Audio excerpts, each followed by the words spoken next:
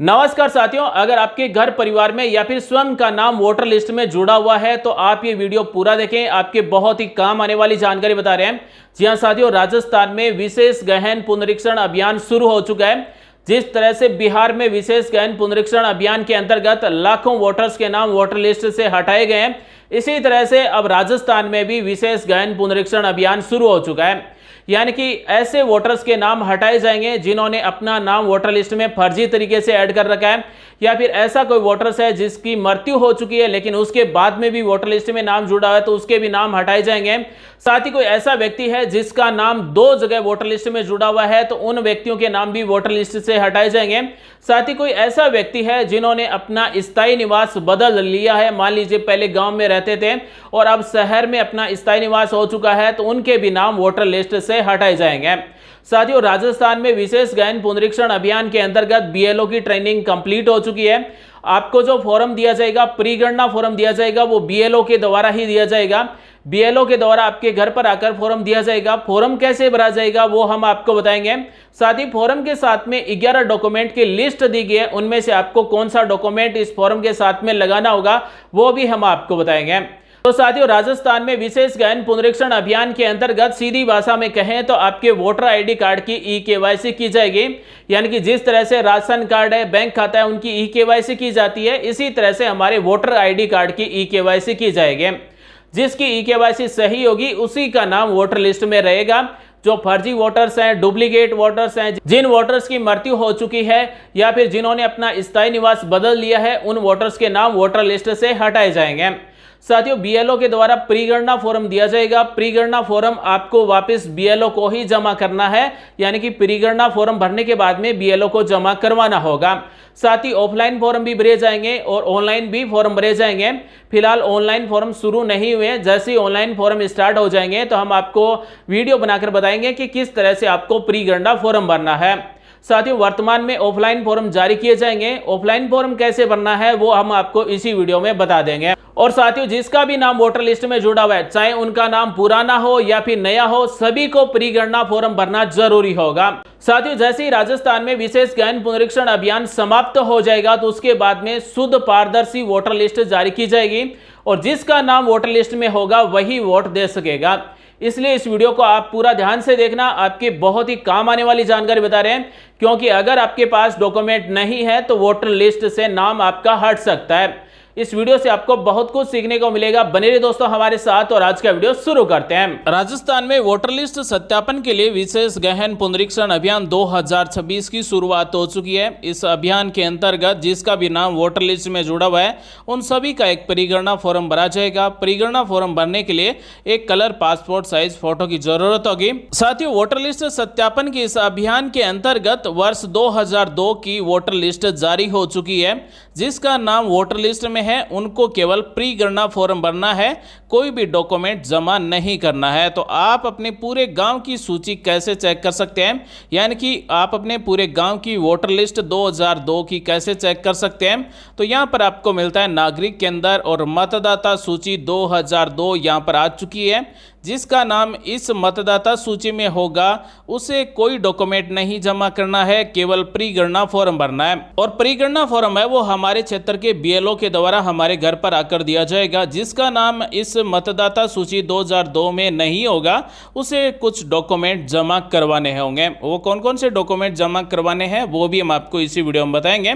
तो सबसे पहले हमें अपने पूरे गाँव की मतदाता सूची 2002 डाउनलोड कर लेना है। जैसे ही मतदाता सूची 2002 पर क्लिक करेंगे उसके बाद में ओके पर क्लिक कर देना है। अब हमें यहाँ पर अपना जिले का नाम सेलेक्ट कर लेना है। उसके बाद में विधानसभा यानी कि अपनी तहसील का नाम सेलेक्ट कर लेना है और उसके बाद में अपने गांव का नाम हमें यहाँ से सेलेक्ट कर लेना है। कैप्चा कोड यहाँ पर टाइप करना है और देखें पर क्लिक कर देना है तो हमारी गांव की जो वोटर लिस्ट है वो डाउनलोड हो जाएगी। उदाहरण के लिए हम यहाँ पर कोई भी एक जिले का नाम सेलेक्ट करते हैं, उसके बाद में यहाँ से तहसील का नाम सेलेक्ट करते हैं और उसके बाद में किसी एक गाँव का नाम सेलेक्ट करते हैं। जो कैप्चा कोड जैसा दिखाया गया है वैसा का वैसा हम यहाँ पर टाइप करते हैं और देखें पर क्लिक कर देंगे। तो साथियों, हमने यहाँ पर जिस भी गांव को सेलेक्ट किया है उस गांव की मतदाता सूची वर्ष 2002 की इस तरह से आ जाएगी। साथियों, जिसका भी नाम इस सूची में है उसे केवल प्री गणना फॉर्म भरना है, यानी कि बीएलओ के द्वारा जो फॉर्म दिया जाएगा वो केवल फॉर्म भरना है, फॉर्म पर फोटो चिपकाना है और वापस बीएलओ को जमा करवा देना है। कोई डॉक्यूमेंट साथ में लगाने की जरूरत नहीं है।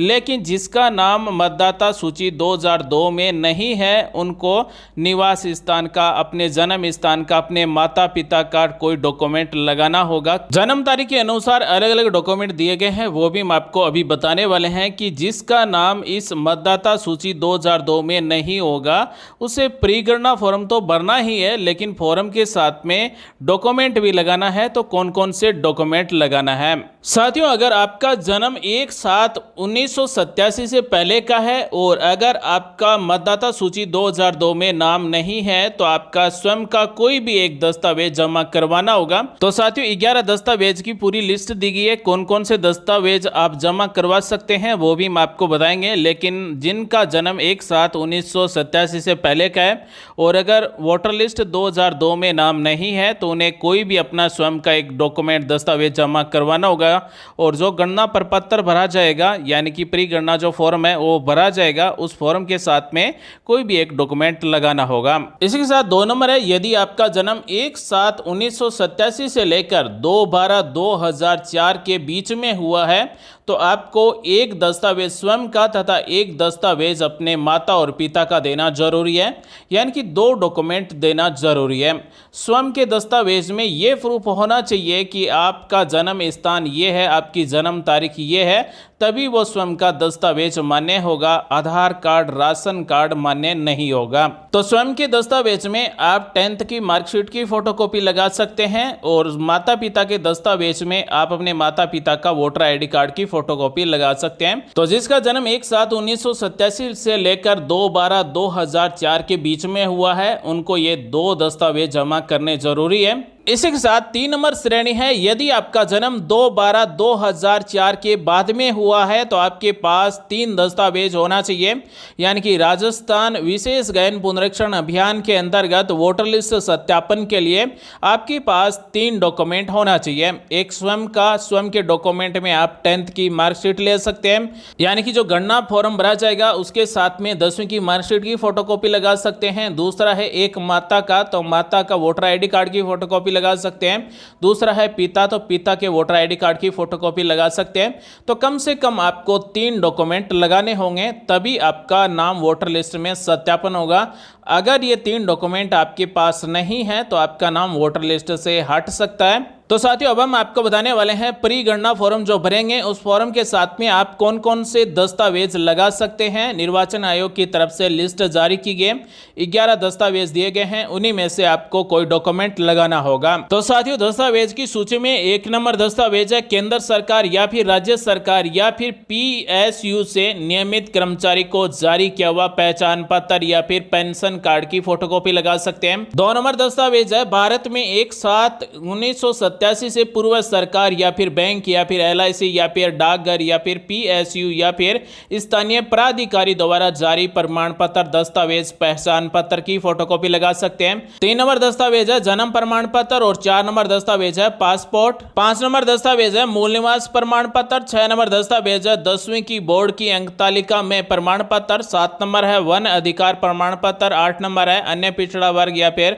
अनुसूचित जाति, अनुसूचित जनजाति या फिर अन्य जाति प्रमाण पत्र। 9 नंबर है राष्ट्रीय नागरिक रजिस्टर जहां लागू हो उसकी फोटोकॉपी लगा सकते हैं। 10 नंबर है राज्य या फिर स्थानीय अधिकारियों द्वारा तैयार किया गया परिवार रजिस्टर की फोटोकॉपी लगा सकते हैं। 11 नंबर है सरकार द्वारा जारी कोई भूमि या फिर गृह आवंटन प्रमाण पत्र की भी फोटोकॉपी लगा सकते हैं। तो साथियों, राजस्थान में विशेष गहन पुनरीक्षण अभियान वोटर लिस्ट सत्यापन 2026 के लिए इन 11 दस्तावेजों में से कोई दस्तावेज लगाने होंगे, यानी कि आधार कार्ड मान्य नहीं है, राशन कार्ड भी मान्य नहीं है। तो इन 11 दस्तावेजों में से ही कोई भी एक दस्तावेज या फिर 2 दस्तावेज, अगर 3 दस्तावेज चाहिए तो इन्हीं में से कोई डॉक्यूमेंट लगाना होगा। राजस्थान में विशेष गहन पुनरीक्षण अभियान के अंतर्गत वोटर लिस्ट सत्यापन की जा रही है। तो इसका उद्देश्य क्या है? तो मृत व्यक्तियों के नाम वोटर लिस्ट से हटाना, साथ ही स्थायी रूप से निवास बदलने वालों का नाम वोटर लिस्ट से हटाना, किसी मतदाता का 2 स्थानों पर पंजीकरण हो तो उसे निरस्त करना,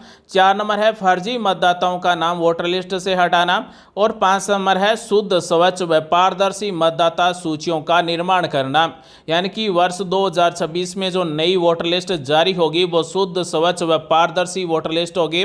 दोस्तों अब हम बात करने वाले हैं कि जिसका भी नाम वोटर लिस्ट में है, चाहे वो 2002 की वोटर लिस्ट में हो या फिर उसके बाद की वोटर लिस्ट में हो, उन सभी को एक गणना फॉर्म भरना होगा। तो गणना फॉर्म आपको BLO के द्वारा आपके घर पर ही मिल जाएगा और वो फॉर्म कैसे भरना होगा वो अभी हम आपको बता रहे हैं। साथियों BLO के द्वारा हमारे घर पर ही इस तरह से एक ऑफलाइन फॉर्म दिया जाएगा। इस फॉर्म को भरना होगा और इस फॉर्म को कैसे भरना है वो हम आपको बता रहे हैं। और इसी फॉर्म के साथ में जो 11 डॉक्यूमेंट की लिस्ट दी गई है उनमें से कोई भी एक या फिर 2 या फिर 3 दस्तावेज लगाने होंगे। तो साथियों BLO के द्वारा हमारे घर पर यह प्रीगणना फॉर्म दिया जाएगा। इस फॉर्म में सबसे पहले जिसका भी फॉर्म भरे हैं उसकी फोटो चिपकाएंगे और जितने भी परिवार में सदस्य जितने भी वोटर लिस्ट में जुड़े हुए हैं उन सब का ये अलग अलग फॉर्म भरा जाएगा। सबसे पहले यहाँ पर फोटो चिपकाएंगे, जिसके नाम से फॉर्म भर रहे हैं उसकी जन्म तारीख लिखेंगे। अगर आधार नंबर है तो लिख सकते हैं, खाली छोड़ना चाहें तो खाली भी छोड़ सकते हैं, वैकल्पिक है। उसके बाद में इस फॉर्म में मोबाइल नंबर लिखना है। उसके बाद में पिता का नाम लिखना है। अगर पिता का वोटर ID कार्ड बना हुआ है, वोटर ID कार्ड आपके पास है तो उसके नंबर लिख सकते हैं। उसके बाद में माता का नाम लिखना है। माता का अगर पहचान पत्र संख्या है तो वो यहाँ पर आपको लिखना होगा, अगर नहीं है तो खाली छोड़ सकते हैं। उसके बाद में पति या फिर पत्नी का नाम लिखना होगा, मतदाता पहचान संख्या लिखना होगा। अगर अविवाहित है तो पति पत्नी का नाम नहीं लिखना है। उसके बाद में इस फॉर्म में घोषणा मिलती है और आपकी जन्म तारीख के अनुसार यहाँ पर दस्तावेज भी बताए गए हैं कि आपको कौन कौन से दस्तावेज लगाने होंगे। उसके बाद में जिस दिन आप ये फॉर्म भर रहे हैं उस दिन की तारीख लगाई जाएगी, स्थान का नाम लिखा जाएगा और जिसके नाम से फॉर्म भरा जा रहा है उसके द्वारा यहाँ पर हस्ताक्षर या फिर अंगूठा निशानी लगाई जाएगी।